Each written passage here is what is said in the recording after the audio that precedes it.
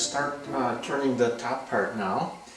In many ways, even though it's a much smaller piece, the top part is more of a challenge than the bottom part was, because now we have to match the size and shape of this so it looks good in relationship to that piece.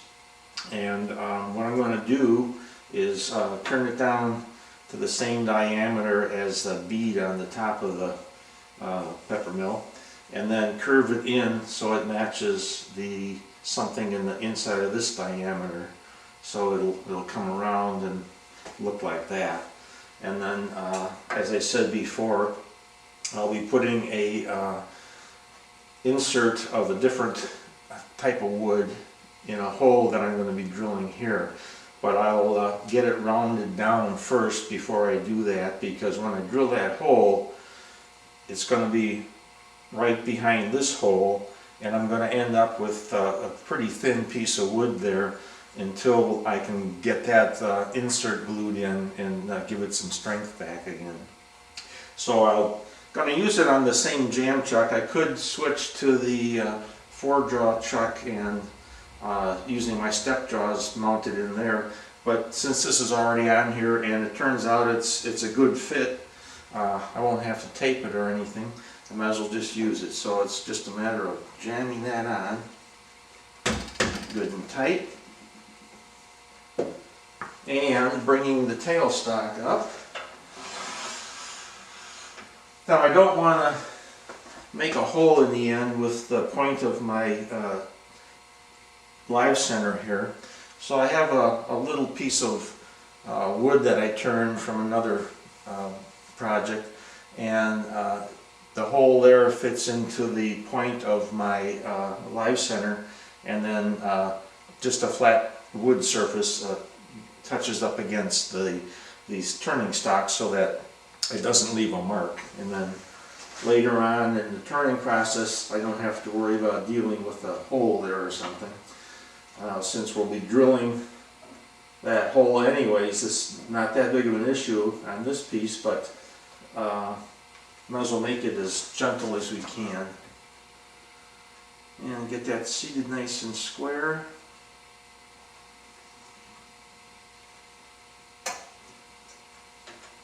We'll lock it in place and we're ready to start roughing it down. I'm going to just measure this, and we have a diameter here of 2.6, so a little better than 2.5, and the inside curve is going to be probably just a hair over 2, so 2.6 and 2. I'll turn this down to 2.6 or so, and maybe a little higher than that, just to give myself room to maneuver, and then start shaping. Again, I'll be using my roughing gouge to do the initial shape, the initial rounding of the block. Turn the lathe on. This is running much truer than the others, so we can start out a little higher.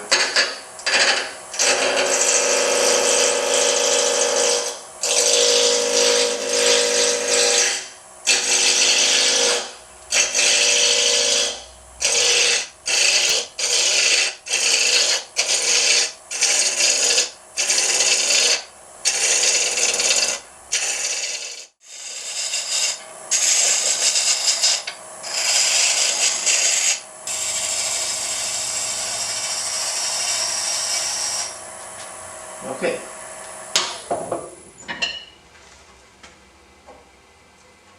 That's about as close as I want to get for now. Now I'm going to set up, put my Jacob's chuck back in the tailstock and drill a 5/8 inch hole about a 1/4 inch deep right into the center of the top of the head, and that's where I'll glue in the piece of contrasting wood. All set up to drill the hole. I'm going to drill it about a 1/4 inch, and I have a little mark on my drill to indicate that depth so I don't go too far, otherwise I'll bust right through that a hole coming from the other side.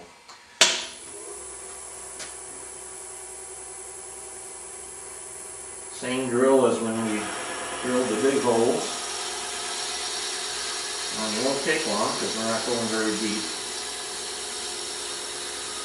There it is. That's all there is to that.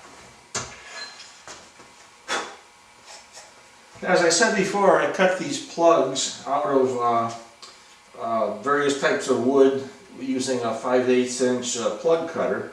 This is a piece of maple, this is a piece of walnut, another piece of walnut, and here's some pieces of Santos mahogany, which will, when it's finished, it'll turn a pretty deep reddish brown color. And these will be glued right into there.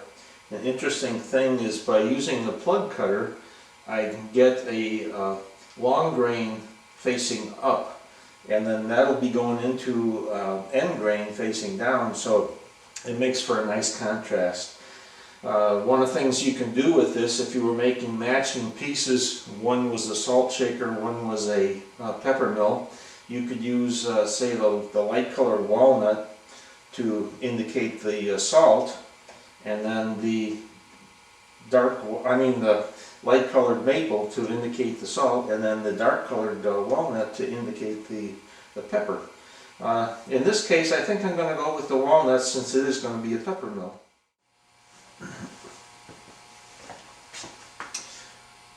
All set up and ready to start turning. I've set my caliper for the diameter that I need, which is I think 2.6 or thereabouts. So first thing I'll do is I'll round it down to get the proper dimension on that.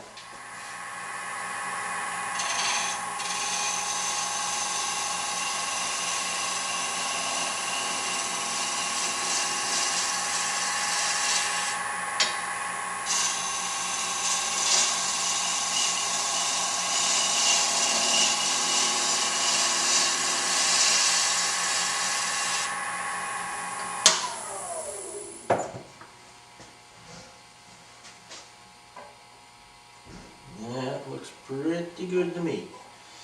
So I'm going to round this corner off and the top. I'll start on this side so I get my proper dimension.